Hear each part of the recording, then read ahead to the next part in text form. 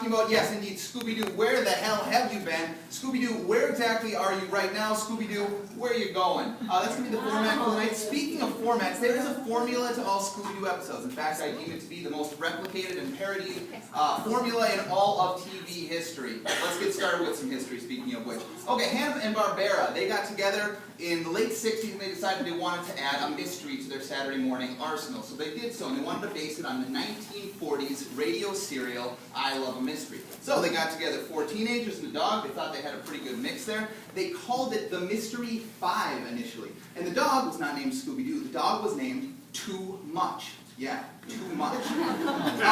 Joe Barbera, he went to a Frank Sinatra concert. He heard Frank do a rendition, well, his rendition, of Strangers in the Night.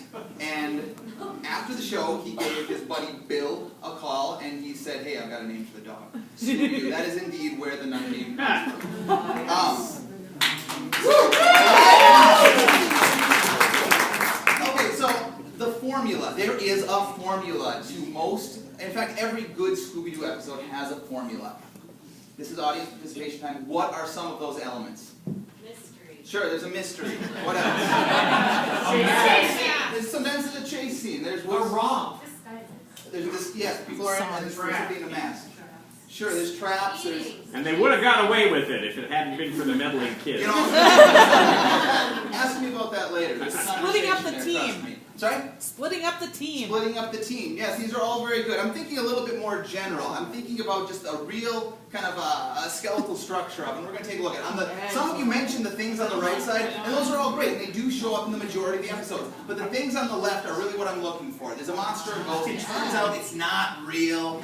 There's suspects, there's clues, there's investigation, spooky location. The gang. This one is very important. All 5 members of the gang are there. This is important to the ingredients to the formula. And the mystery machines, basically the 6th member. And like I said, the stuff on the right, that's some nice seasoning. To get you reacquainted, if you haven't seen Scooby-Doo in a while, Daphne Blake right there, the intellect Velma in front, the unofficial leader of the group Fred in the orange ascot. Up top you've got Shaggy, and right you've got Scooby-Doo, of course, the comic relief. And, like I said, the 6th member, the mystery machine. It all started in 1969 to 1971 when 25 episodes were aired over 2 seasons. These were classics, with the exception of probably 2 that were a little bit too racist.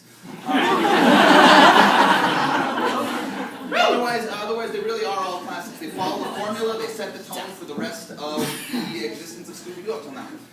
Then we moved on to the new Scooby-Doo movies, and some of these pictures might ring a bell. Yes, this is when the celebrities started showing up. We got the Globetrotters, Don Knotts, Batman and Robin, and many, many more.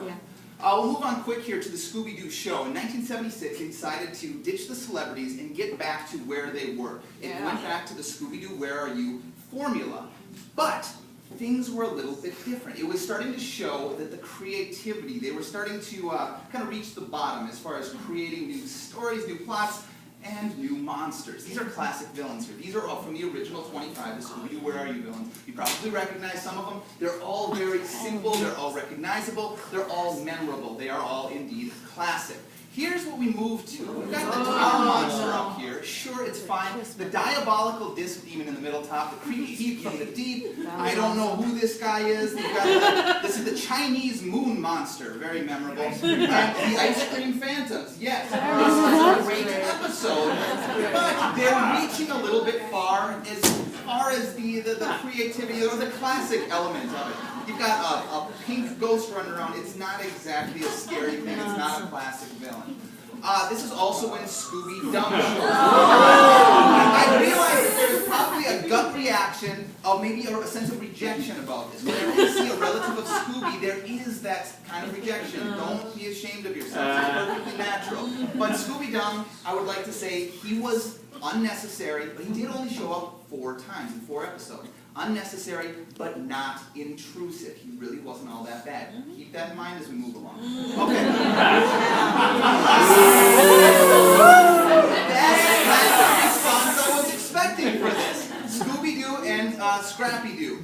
There were 5 big changes that happened when Scrappy-Doo came along. I'll show you 4 of them now. One, of course, Scrappy-Doo came along. Two, Velma, Daphne, Fred are now gone. Three, the mystery is gone. And lastly, the ghosts are suddenly real. Now you could start on any of these and create a domino effect for why this happened. Maybe the writer said, you know what, let's make the ghosts real. Well, if the ghosts are real, there's no mystery to solve. If there's no mystery to solve, we don't need the people who solve the mystery. But if the people who are there, who usually instigate the situation, we still need somebody to do that. Because Shaggy and Scooby are not going to go into a spooky place by themselves, so we need a brave little puppy.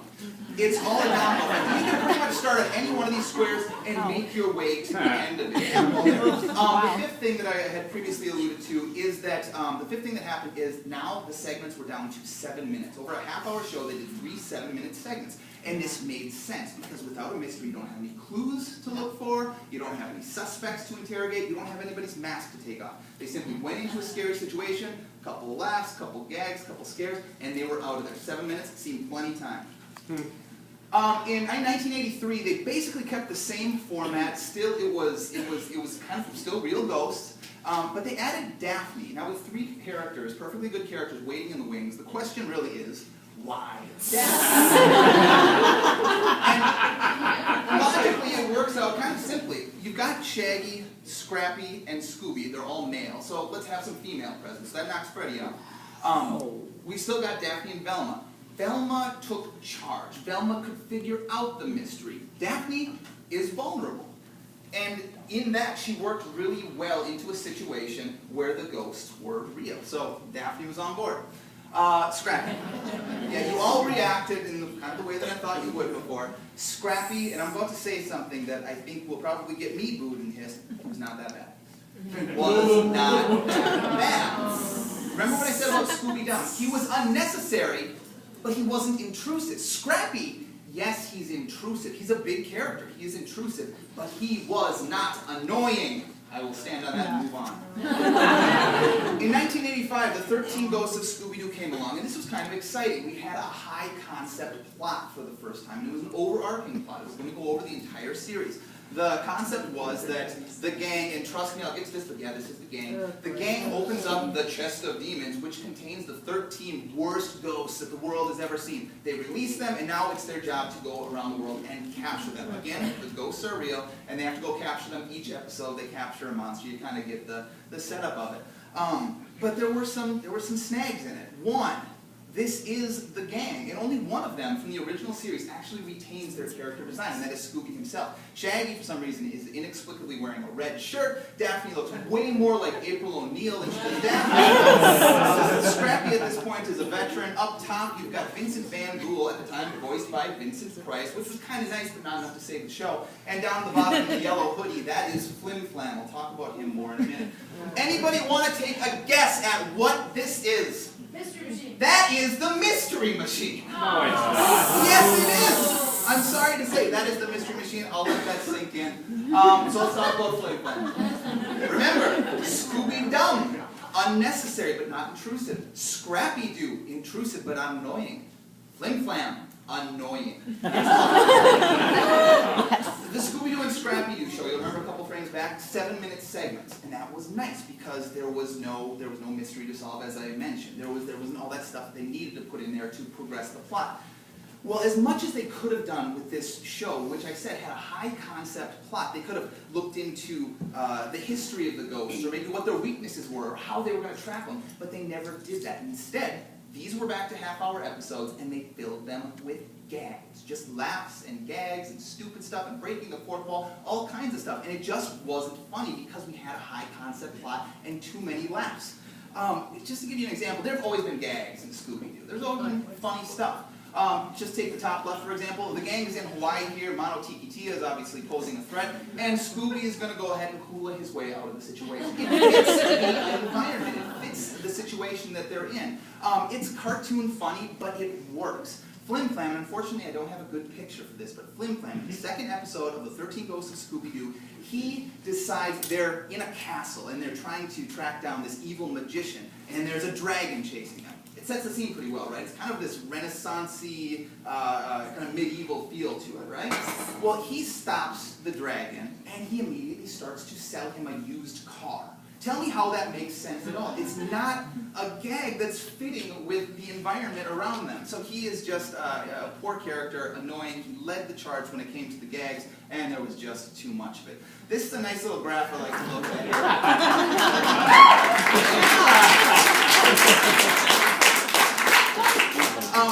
The important thing to notice, to know about this is a teeter-totter, and it's not important that it stays balanced. What is important, that this spot here stays connected to the beam. That is what's important. If you want to create a high-concept plot, that's fine, but be sure you limit the humor. If you want to make the humor a lot more slapstick, that is fine too, but simplify the storyline. This might be an example of the original Scooby-Doo, Where Are You? A little bit more focus on the mystery, a little less with the humor. Not too much, but just enough. This would be Scooby-Doo and Scrappy-Doo. They were all about just the mindless gags, quick scares, and there was really no plot at all. This is the 13 Ghosts of Scooby. They have broken the teeter-totter. That's all it says.